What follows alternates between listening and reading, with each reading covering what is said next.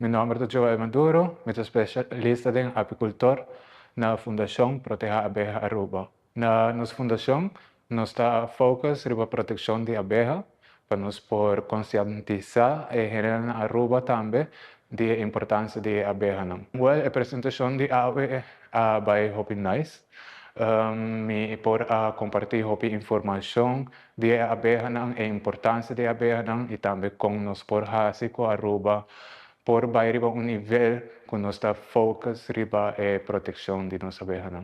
A importância de abeja está que a abeja está polarizar a maioria mata que tem na isla de Aruba, of mata de fruta ou verdura e também mata que bese não está comerão. A abeja é importante para sobre manter os ecosistema em bom caminho. Kung nos payuda e Abehanan ta ku ora kung nos tawa kung abeha nos no tabay pensa ku e abeha ta peligroso. Kung nos paasi pa protehanan ta llama un apicultor ku sae trabaho de abeha pa por bini anto rescata e Abehanan. Dus e ora ta prevenir ku e Abehanan ta guardo mata.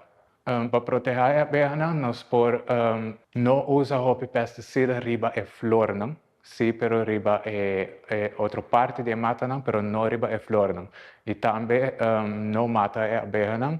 E também nos pode ajudar para alimentar, não, com mata de flor e também com água.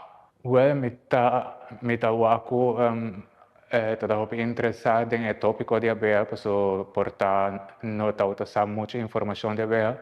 Dus aceita seguramente que mais no futuro nós poderá que a abeja não riba isla de Aruba, que a focus riba é proteção de abeja.